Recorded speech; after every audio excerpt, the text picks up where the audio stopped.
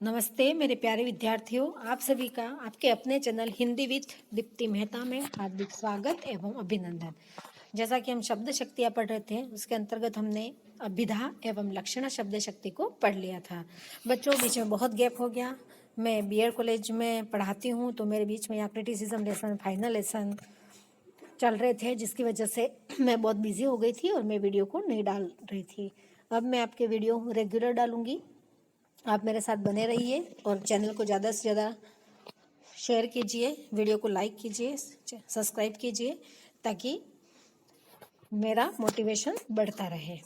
चलिए शुरुआत करते हैं। हमारी शब्द शक्ति है व्यंजना शब्द शक्ति। अब लक्षणा में आपने देखा था लक्षार्थ, उसमें देखा था आपने अभिधा में मुख्यार्थ, और यहाँ व्यंजना में व्यंग्यार्थ। व्यंग्यार्थ से मतलब यहाँ किसी व्यंग से लेके नहीं होता है। मेन तौर पे व्यंग्यार्थ यानी किसी चीज़ के अनेक अर्थ यहाँ पर निकल जाते हैं, तो वो व्यंग्यार्थ होता है। तो देखिए, हम सबसे पहले इसका अर्थ जान लेते हैं कि इसका अर्थ क्या होता है। तो जब किसी शब्द के अभिप्रेत अर्थ का बोध न तो मुख्यार्थ से होता है और न ही लक्ष्यार्थ से, मतलब किसी भी शब्द का अर्थ हमें मुख्यार्थ से भी प्राप्त नहीं होता है और लक्ष्यार्थ से भी प्राप्त नहीं होता है, अपितु कथन के अनुसार अलग अलग अर्थ से व्यंग्यार्थ से प्राप्त होता है, वहां पर व्यंजना शक्ति होती है। यानी हमें लक्ष्यार्थ से अर्थ प्राप्त नहीं होता है, मुख्यार्थ से प्राप्त नहीं होता है, पर एक ही वाक्य से हमें अलग अलग अर्थ अगर प्राप्त हो जाए तो वहां मुख्यार्थ होता है। ठीक है, सॉरी, व्यंग्यार्थ होता है। जैसे कि हमने देख लिया कि पुजारी ने कहा अरे संध्या हो गई। अब यहाँ संध्या हो गई का मतलब विभिन्न तरीके से लिया जा सकता है, अलग अलग अर्थों में लिया जा सकता है। पुजारी ने कहा संध्या हो गई मतलब आरती से लिया जा सकता है। अगर किसान ने कहा संध्या हो गई मतलब पशुओं को घर लाने का काम हो गया। किसी और ने कहा संध्या हो गई मतलब खाना बनाने का काम हो गया, टाइम हो गया। तो सब अपने अपने हिसाब से अलग अलग अर्थ निकालते हैं, इसलिए वहाँ व्यंजना शब्द शक्ति होता है।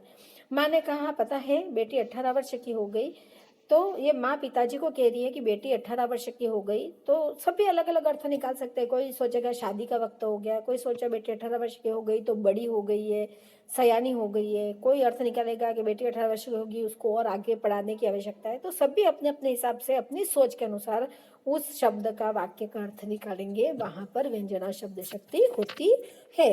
यानी एक ही वाक्य, एक ही शब्द का अनेक अर्थ निकल सकते हैं, वहां पर व्यंजना शब्द शक्ति होती है। व्यंजना शब्द शक्ति भी मुख्यतः दो प्रकार की होती है हमारी, शाब्दी व्यंजना और अर्थी व्यंजना। ठीक है, सबसे पहले हम शाब्दी व्यंजना, नाम से स्पष्ट है, शाब्दी व्यंजना मतलब शब्द पे बल, अर्थी व्यंजना मतलब अर्थ पे बल दिया जाता है। अब सबसे पहले हम जान लेते हैं शाब्दी व्यंजना, क्योंकि बहुत सी बार एग्जाम में यहाँ से प्रश्न बने हैं। एक तो आपके यहाँ से प्रश्न बने हैं, एक बार प्रश्न बना है, आपको मैं बता देती हूँ साथ में, कि व्यंजना शब्द शक्ति से संबंधित नहीं है करके पूछ लिया था। व्यंजना शब्द में मुख्यार्थ तथा व्यंजना शब्द के मुख्यार्थ तथा लक्ष्यार्थ को पीछे छोड़ देती है, एक वाक्य था। दूसरा था व्यंजना शब्द शक्ति में निष्पन्न अर्थ को व्यंग्यार्थ कहते हैं, और तीसरा था व्यंग्यार्थ को ध्वन्यार्थ भी कहते हैं, और एक अलग से था। तो ये तीनों वाक्य सही है। तो हमें व्यंजना शब्द शक्ति की पहचान पता होनी चाहिए कि व्यंजना शब्द शक्ति होती क्या है। तो सबसे पहली बात तो वो मुख्यार्थों लक्ष्यार्थों को पीछे छोड़ देती है, बिल्कुल सही बात है। दूसरा, उसके जो अर्थ निकलता है उसको व्यंग्यार्थ कहते हैं, बिल्कुल सही बात है। और व्यंग्यार्थ को हम ध्वन्यार्थ भी कह सकते हैं, कि ध्वनि के अनुसार ध्वन्यार्थ भी कह सकते हैं। तो ये इसकी पहचान है। इसके अलावा कुछ भी अलग आ जाए तो वह इसकी पहचान नहीं होगी। तो इस तरह से आपको ये ध्यान रखना है। एक बार प्रश्न फर्स्ट ग्रेड में पूछा गया था, 2 बार लक्षणा शब्द शक्ति से संबंधित ऐसा ही प्रश्न पूछा गया था, तो हर बार ऐसा पूछा जाता है, तो आपको ध्यान रखना है। अब है हमारी शाब्दी व्यंजना। शाब्दी व्यंजना का प्रश्न और उसका एक ही उदाहरण बहुत सी बार कंपटीशन और तुम्हारे जो नेट एग्जाम है उसमें पूछा जा चुका है, और बार बार संभावना बनती है कि वो प्रश्न घुमा फिरा के आ ही जाता है। तो इस उदाहरण को और इस शाब्दी व्यंजना को आप अच्छे से समझ लीजिएगा, क्योंकि बार बार एग्जाम में पूछा जाता है। वाक्य में प्रयुक्त व्यंग्यार्थ जब किसी शब्द विशेष के प्रयोग पर ही निर्भर करता है, उस शब्द को रखने पर ही व्यंग्यार्थ उत्पन्न होता है। अगर उस शब्द को वहां से हटा दिया जाए या उसके जगह पर्यायवाची शब्द रख दिया जाए तो उसका अर्थ ही समाप्त हो जाता है। अतः यहाँ पर कहा गया है कि उस शब्द विशेष पर ही उसका अर्थ निर्भर रहता है, अतः वहाँ व्यंजना, शाब्दी व्यंजना होती है। तो यहाँ हमें शब्द विशेष का ध्यान रखना है। शब्द विशेष का कैसे, देखो आप, अर्थात शब्द को हटाने पर या उसके सामने किसी पर्यायवाची शब्द रखने पर व्यंजना नहीं रह जाती है। अगर उसी पर्टिकुलर शब्द को वहां से हटा दिया जाए, उसकी जगह उसका पर्यायवाची शब्द रख दे, तो उसमें व्यंजना का भाव नहीं रहेगा। इसलिए यहाँ शब्द विशेष की महत्ता होने के कारण शाब्दी व्यंजना कही जाती है। वहां व्यंजना शब्द शक्ति होती है। अतः शाब्दी व्यंजना केवल अनेकार्थी शब्दों में ही होती है। ध्यान रखना कि जिस शब्द के अनेक अर्थ निकलते हो उसी में ही शाब्दी व्यंजना होती है। अगर आपको अनेकार्थी शब्दों का ज्ञान हो तो आप शाब्दी व्यंजना को आसानी से निकाल सकते हो। जैसे देखो, ये उदाहरण बहुत सी बार एग्जाम में पूछा जा चुका है, ध्यान से पढ़ लीजिएगा इसको। चिर जीवो जोरी जुरे, क्यों न स्नेह गंभीर, को घटी ये वृष भानुजा वे हलधर के बीर। यहाँ पर वृष भानुजा और हलधर शब्द ऐसे हैं कि जिसके कारण यहाँ शाब्दी व्यंजना बनती है। इनके यहाँ पर दो दो अर्थ प्रकट हुए हैं और आपने देखा होगा कि अनेकार्थी शब्द में ही शाब्दी व्यंजना बनती है। यहाँ इन दोनों के दो अर्थ प्रकट होने पर शाब्दी व्यंजना बनी है। देखो इसमें क्या कहा जा रहा है, चिर जीवो जोरी जुरे। यहाँ राधा कृष्ण की बात करी जा रही है कि राधा कृष्ण को कह रहे हैं कि राधा कृष्ण चिरकाल तक जिए, उनकी जोड़ी बनी रहे। क्यों न स्नेह गंभीर, उनके बीच में क्यों न गंभीर प्रेम बना रहे। को घटी ये वृष भानुजा हलधर के बीर, मतलब आगे कह रहे हैं कि वृष भानुजा यानी वृष भानु की पुत्री और हलधर मतलब बलराम के वीर यानी भाई कृष्ण जी की जोड़ी चिरकाल तक बनी रहे, उनमें अगाध प्रेम बना रहे, ऐसा यहाँ पर कहा जा रहा है। तो यहाँ वृष भानुजा मतलब वृष भानु है ना, सॉरी वृष भानु की पुत्री, वृष भानु की पुत्री कौन थी, तो राधिका जी थी, ठीक है। और यहाँ पे हलधर के हल को चलाने वाले कौन थे, बलराम। तो बलराम के वीर, बलराम के भाई यानी बलराम के भाई और वृष भानु की पुत्री राधा में अगाध प्रेम बना रहे, उनकी जोड़ी चिरकाल तक अमर रहे, उनकी जोड़ी में कोई कमी ना आए और उनका प्रेम अमर बना रहे। इस तरह से इसका अर्थ कहा गया है। अब यहाँ पर दूसरा अर्थ इस वृष भानुजा और हलधर का अगर लिया जाता है तो वृषभ की अनुजा, दूसरा अर्थ क्या होगा, वृषभ की अनुजा, अनुजा है ना, अनुजा मतलब बहन होता है। वृषभ की अनुजा मतलब क्या हुआ, वृषभ कौन हुआ, यहाँ पर बेल, और उसकी अनुजा गाय, और हलधर मतलब यहाँ पर दूसरा अर्थ होता है बेल, यानी वृषभ की अनुजा और हलधर मतलब बेल, ठीक है। तो यहाँ वृषभ अनुजा का एक अर्थ हुआ राधा, ठीक है, और हलधर का अर्थ हुआ बलराम, और उसी तरह वृष भानुजा का अर्थ हुआ एक गाय वृषभ की अनुजा, और दूसरा हलधर का अर्थ हुआ यहाँ पर बेल। यानी एक शब्द के दो दो अर्थ निकल रहे हैं, दो प्रकार से उनका अर्थ निकल रहा है, अतः यहाँ शाब्दी व्यंजना होती है, ठीक है। उसी तरह देखिए आप, रही मन पानी राखिए, बिन पानी सब सुन, पानी गए न उबरे, मोती मानुष चुन। आपने देखा होगा इसमें श्लेष अलंकार है, क्योंकि श्लेष में भी अनेकार्थी शब्दों का ही श्लेष बनता है। यहाँ पानी शब्द ऐसा है कि जिसको अलग अलग जैसे मोती के साथ रख देते हैं, मानुष के साथ रख देते हैं या चून के साथ रख देते हैं, तो उसके अलग अलग अर्थ प्राप्त होते हैं। यानी एक पानी के हमें यहाँ 3 प्राप्त अर्थ हो रहे हैं, इसलिए यहाँ पर हमारी क्या हो गई, शाब्दी व्यंजना हो गई। यानी पानी भी हमारा अनेकार्थी शब्द है। पानी शब्द के 3 अर्थ कैसे, मोती के साथ हमारा इसका क्रांति या चमक अर्थ निकल रहा है कि मोती में जब तक चमक ना हो मोती का होना व्यर्थ है।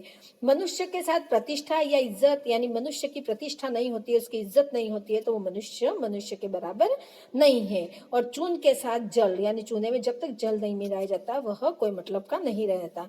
इसलिए रही मन पानी राखिए, बिन पानी सब सुन, पानी गए न उबरे, मोती मानस चून। मतलब रही मन क्या कहना चाह रहे हैं कि मोती के साथ हमेशा चमक होनी चाहिए, मोती में मनुष्य की इज्जत होनी चाहिए और चूने में जल होना चाहिए, तभी वह मान्य है, ठीक है। तो यहाँ पर भी अनेकार्थी, आपको तो अनेकार्थी शब्द ध्यान रखना है, या श्लेष अलंकार हो तो वहां पर आपको शब्दी व्यंजना कर देनी है। शाब्दिक व्यंजना दो तरह की होती है, यहाँ पर आपको बताया गया है। देखो शाब्दिक व्यंजना दो तरह की है, एक तो अभिधा मूला, एक तो अभिधा से सीधी व्यंजना होती है और एक लक्ष्यार्थ को प्रकट करके व्यंजना प्राप्त की जाती है। तो अभिधा के रास्ते व्यंजना चली जाती है और एक होती है लक्षणा के रास्ते व्यंजना होती है। इसलिए हम सबसे पहले पढ़ेंगे अभिधा मूला शाब्दी व्यंजना। यहाँ अनेकार्थी शब्द द्वारा अर्थ नियंत्रित हो जाने से व्यंग्यार्थ की प्रतीति हो, वहां अभिधा मूला शाब्दी होती है। यानी अनेकार्थी शब्द तो होता है पर उसके द्वारा अर्थ नियंत्रित हो जाता है, एक ही अर्थ होता है, दूसरा अर्थ निकाल नहीं सकते। जैसे सोहत नाग न मद बिना तान बिना नहीं राग, यहाँ प्रयुक्त नाग व राग शब्द अनेकार्थी है। इस नाग के अनेक अर्थ हो सकते हैं और यहाँ पर राग के भी अनेक अर्थ हो सकते हैं, किंतु वियोग के कारण इसमें वियोग का अर्थ प्रकट हो रहा है, तो वियोग के कारण इनका अर्थ नियंत्रित कर दिया गया। यानी यहाँ नाग का अर्थ हाथी से ही लिया गया है और राग का अर्थ रागिनी से ही लिया गया। एक ही अर्थ यहाँ प्रकट होगा, अनेकार्थी शब्द होने के बाद ही उसके अर्थ को बांध दिया गया, नियंत्रित कर दिया गया, इसलिए यहाँ पर अभिधा मूला व्यंजना है। अब है लक्षणा मूला शाब्दी व्यंजना। जब व्यंग्यार्थ प्राप्ति के लिए लाक्षणिक शब्द का प्रयोग किया जाता है, शाब्दी व्यंजना होती है, लक्षणा मूला शाब्दी व्यंजना होती है। जैसे देखो, वह मनुष्य नीरा उल्लू है। अब यहाँ पर क्या है, यहाँ पर उल्लू शब्द से महामूर्ख अर्थ प्रकट होता है, ठीक है। तो यहाँ पर हमारी कौन सी व्यंजना हुई, लक्षणा मूला, क्योंकि उल्लू में कौन सा है, लक्षार्थ हुआ। लक्षार्थ किसको कहा, मनुष्य को, कि मनुष्य नीरा उल्लू है, मतलब मनुष्य मूर्ख है। तो मूर्ख शब्दों को कहने के लिए हमने क्या, किसके शब्द का प्रयोग किया, उल्लू शब्द का। तो यहाँ इस दृष्टि से हमारा मनुष्य नीरा उल्लू है, तो लक्षणा यहाँ शाब्दी लक्षणा मूला व्यंजना हुई, ठीक है। अब आगे बढ़ते, इस उदाहरण को आप मत पढ़िएगा, ये लाइन गलत लिख दी गई है, सही लाइन नहीं है, इसलिए इसको आप मत पढ़िएगा, है ना। मैंने इसको इसलिए काट दिया कि इसमें कुछ गलती हो गई है, गलत लिखी गई लाइन है। तो वह मनुष्य नीरा उल्लू है, मतलब आपका लक्षणा मूला शाब्दी व्यंजना। अधिकतर लक्षणा मूला अभिधा मूला शाब्दी व्यंजना नहीं पूछी जाती है, आपको पूछा जाएगा तो बस यही पूछा जाएगा कि शाब्दी व्यंजना क्या होती है और आर्थी व्यंजना क्या होती है। अब देखिए हम हमारी आर्थी व्यंजना, जो गई बार सेकंड ग्रेड में पूछा गया था, उसके बारे में आपको बता देती हूँ। अब गई बार सेकंड ग्रेड में ये आर्थी व्यंजना पूछी गई थी, तो हो सकता है इस बार शाब्दी व्यंजना पूछी जाए। जब जब ये रंजना नहीं है, व्यंजना है, जब जब व्यंजना किसी शब्द विशेष पर निर्भर न हो, वहाँ क्या था, शब्द विशेष पर निर्भर थी। कैसे, जैसे मैंने आपको बताया था वृष, भानुजा और हलधर, यहाँ शब्द विशेष पर निर्भर न हो, अर्थात कुछ शब्द का पर्याय रख देने पर भी उसका अर्थ वैसा के वैसा बना रहता है, वहाँ हमारी अर्थी व्यंजना होती है। अर्थी व्यंजना बोलने वाले, सुनने वाले और शब्द की सन्निधि, प्रकरण, देश काल, कंठ स्वर आदि का हमें बोध कराती है। यानी अर्थ के द्वारा ही हमें व्यंजना का पता लगाया जा सकता है। इसमें क्या होता है कि शब्द की जगह उसका पर्यायवाची शब्द भी रख देते हैं तो हमें आर्थी व्यंजना प्राप्त हो जाती है, पर उसमें ऐसा नहीं था, उसमें वो शब्द हटा देने के बाद उसका अर्थ ही समाप्त हो जाता था, उसमें व्यंजना ही समाप्त हो जाती थी। देखो ये उदाहरण ये कई बार आपके एग्जाम में पूछा जा चुका है, इसलिए मैं आपको इसको अच्छे से समझा देती हूँ, क्योंकि एग्जाम में ये पूछा जा चुका है। सघन कुंज है ना, छाया सुखद, कुंज झाड़ियाँ जो लताएं होती है, सघन है, छाया है, वो लताओं से सुखद प्राप्त होती है। शीतल मन शरीर, मंद समीर, समीर मतलब हवा, मन मतलब धीरे धीरे, और शीतल मतलब शीतल, यानी शीतल शीतल हवा चल रही है। मन है जात अजो वहे, वह यमुना के तीर, और मन है वो उस यमुना के किनारे ही बस गया है। मतलब यहाँ कृष्ण के वियोग में राधा या गोपी के हृदय में कृष्ण के साथ यमुना तट पर जो वो बिताए गए पुराने पल थे, उन क्रीड़ाओं को वो याद कर रही है कि किस प्रकार उस समय हम कृष्ण के साथ वहाँ पर लीलाएं किया करते थे, और वहाँ पर सघन झाड़ियाँ हुआ करती थी, लताएं हुआ करती थी, जिसकी ओट में न वो मन समीर चला करती थी, और उसके ओट में हम कृष्ण जी के साथ किस प्रकार से क्रीड़ाएं किया करते थे, उसका यहाँ सजीव वर्णन किया गया है। और इसमें ये बताया गया है कि सीधा सीधा इसका अगर सघन शीतल समीर की जगह वायु अर्थ रख दे, या छाया की जगह कोई अर्थ है, कुंज की जगह लता कर दे, है ना, यमुना की जगह यमुना का पर्यायवाची शब्द रख दे, कुछ भी रख देने पर अर्थ वही प्राप्त होता है कि हम किस प्रकार क्रीडाएं करते थे। यानी अर्थ परिवर्तन करने के बाद भी इसकी व्यंजना समाप्त नहीं होती है। अब इसमें क्या है कि कितने भी अर्थ अलग अलग निकाले जा सकते हैं। कृष्ण राधिका से निकाला जा सकता है, गोपी और राधिका से निकाला जा सकता है, किसी वियोगिनी के का अर्थ निकाला जा सकता है कि क्यों वियोगिनी है वो अपने पुराने समय में बीते हुए दिनों को याद कर रही है। इस प्रकार हम विभिन्न अर्थ को निकाल सकते हैं और विभिन्न अर्थों के माध्यम से यहाँ पर अर्थी व्यंजना होती है। एक ये उदाहरण आप देखिए, हम लखी है मधु चंद्रिका, सुनी है कल धुनिका, रहिए मेरे प्राण तन प्रीतम करो प्रयाण। यहाँ गोपी नायक को कह रही है मैं जैसे तैसे जी लूंगी। मतलब यहाँ पर कवयित्री क्या कह रही है कि हे प्रीतम आप तो प्रयाण करो। क्यों प्रयाण करो? क्योंकि वह जिद कर रहा है जाने की, और जाने की जिद कर रहा है तो वहाँ पर प्रीतम को वो कह रहे हैं कि सखी कह रही है उसकी कि भाई आप तो प्रयाण करिए, मैं जैसे तैसे जी लूंगी, चाहे मेरे शरीर में प्राण बचे या नहीं बचे। यानी वह कह रही है कि मैं तो उस मधु चंद्रिका को देखकर जी लूंगी, मैं सुंदर ध्वनि को देख के जी लूंगी, आप तो जा सकते हो, आपके वियोग में भी मैं जी लूंगी। अब यहाँ मधु की जगह अगर वसंत अर्थ रख दे, चंद्रिका की जगह चांदनी अर्थ रख दे, ध्वनिकान की जगह ध्वनि अर्थ रख दे, कल की जगह अगर ध्वनि अर्थ रख दे, तो भी उसका अर्थ वही प्रतीत होगा कि हम लकी हूँ मधु चंद्रिका, सुनिए कल धुनिका, रहिए मेरे प्राण तन प्रीतम करो प्रयाण। मतलब प्रीतम को वह व्यंग कर रही है कि आप तो जाना है तो जाइए, आप मेरे रुकने से तो कहाँ रुकने वाले हैं, रुकने वाले हैं नहीं, मैं तो जैसे तैसे अपना जीवन व्यतीत कर लूंगी, चंद्रिका को देखकर जीवन व्यतीत कर लूंगी, सुंदर ध्वनि को देख कर व्यतीत कर लूंगी, आप तो जाना हो तो जा सकते हो। तो यहाँ पर उसके पर्यायवाची शब्द रख देने के बाद भी उसका अर्थ वही के वही बना रहता है, कोई अर्थ में परिवर्तन नहीं होता है। अर्थ यहाँ पर आर्थी व्यंजना है। अब यहाँ पर जो व्यक्ति जैसा सोचता है वैसा इसका अर्थ निकाल सकता है, इसलिए यहाँ पर आर्थी व्यंजना हुई, अर्थ की दृष्टि से इसका अर्थ निकल रहा है।